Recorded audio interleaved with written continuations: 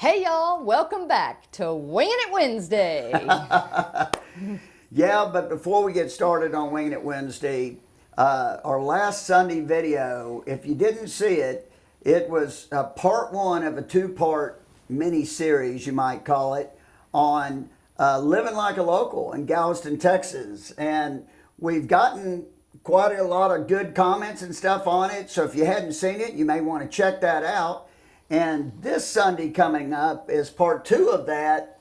And just a little bitty snippet of it is we take a long bike ride down the seawall, something I've always wanted to do. And it was awesome. And we had our first meet and greet, and it was a blast. So we have stuff on that. So fun. Yeah. So this week on Wingin' It, our topic is the best laid plans sometimes aren't. And we'll talk about what that means right now.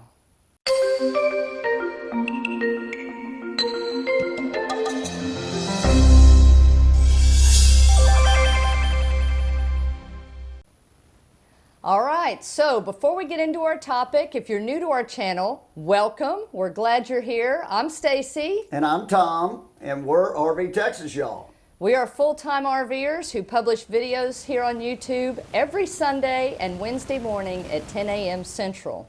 We've got a lot of fun stuff coming up this summer, so I hope you'll hit that subscribe button and join us for the adventure. On Wednesdays, what we do is we have Wingin' It.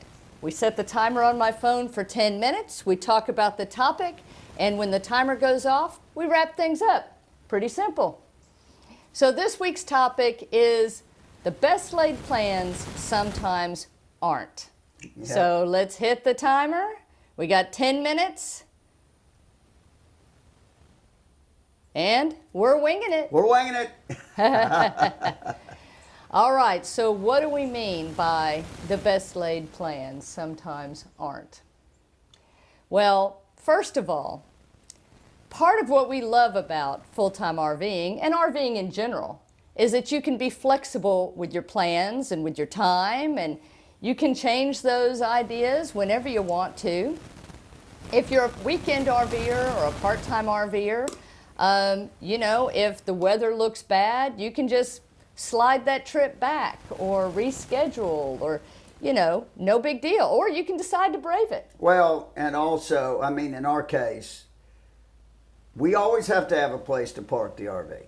Yeah, as a full-time RVer. As a full-time RVer, when we're in our sticks and bricks, you have some bad weather, you have a place to stay in the sticks and bricks. It's not really as big a deal. But when you're full-timing, it's a bigger deal because you have to have a place to park the RV. But, so we do try to make plans in advance. I really like the planning aspect. I know there's a lot of folks out there who RV and just wing it and take things as they come. But one thing, if there's certain campgrounds and things that we want to go to, we want to make sure that we're going to have a spot when we get there. Yeah. And we're not disappointed. But also, for me, and I think for us, the planning is part of the fun. It gets us excited about where we're going, gives us an opportunity to kind of figure out a route and what we might stop and see along the way. It gets us in the mindset of looking forward to what's to come. So I like the planning part. Yeah, I like the planning too, but what I also like about this, and it's crazy, I know it's crazy, but I like it when things change from time to time. When things change our plans, and that has happened a ton lately. And just about every single thing that can change our plans have changed our plans. All the way, and plans aren't just where we're going to stay the next night. Plans are also, we have to plan on where we're going to be to take Stacy's Jeep and to get serviced from time to time. And that happened. We took it into a place, had it all planned out on the trip to take it into a dealership and have them fix the AC, which they absolutely did not. We got there, they charged us, they didn't fix it. And so then we were kind of stuck. It's hitting summertime. It's You want starting, that air conditioning in the oh, summer. absolutely. And so the change was we just went with a local shade tree type guy. Oh, awesome mechanic. yeah. Highly recommend him. Brent's Diesel. Go say hi to Brent and Amber in Rosenberg. Yeah, they're awesome. Great.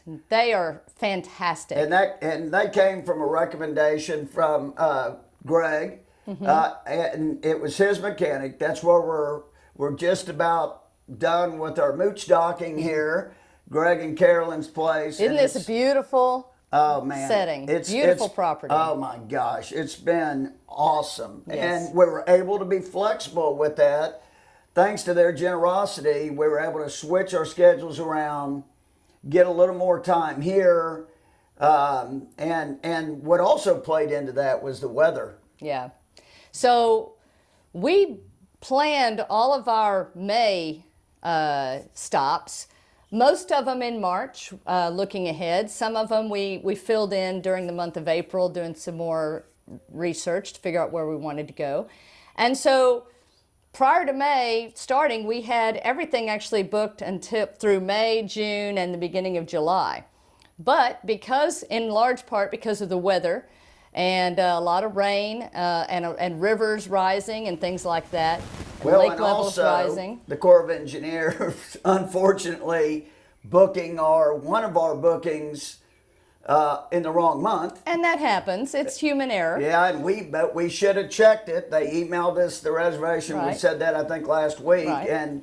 and so it ended up that almost all of our plans in May went south. Almost And even all the of them. ones that weren't closed, we needed to shift because where we're going from here, we're camping on a river.